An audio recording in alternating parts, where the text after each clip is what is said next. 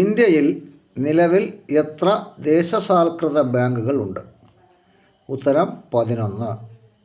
20 അല്ല.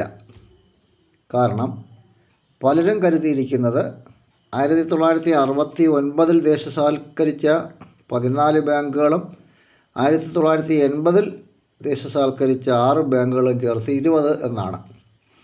എന്നാൽ അത് പിന്നീട് ചില ബാങ്കുകൾ മറ്റ് ചില ബാങ്കുകളുമായി ലയിച്ചിട്ടുണ്ട്.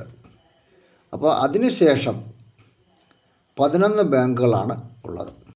മറ്റ് ബാങ്കുകളുമായി ലയിക്കാത്ത ഒരു ബാങ്കാണുള്ളത്. അതേതാണ്? പഞ്ചാബ് ആൻഡ് സിന്ധ് ബാങ്കാണ്. അതുൾപ്പെടെ നിലവിൽ 11 ദേശസാൽകൃത ബാങ്കുകളാണ് ഇപ്പോഴുള്ളത്. 11 ബാങ്കുകളുടെ പേരും അവയുടെ ആസ്ഥാനവുമാണ് ഇവിടെ നൽകിയിരിക്കുന്നത്. പരീക്ഷയ്ക്ക് ചിലപ്പോൾ ഒരു ബാങ്ക് തന്നിട്ട് അതിൻ്റെ ആസ്ഥാനം എവിടെയെന്ന് ചോദിക്കാറുണ്ട്.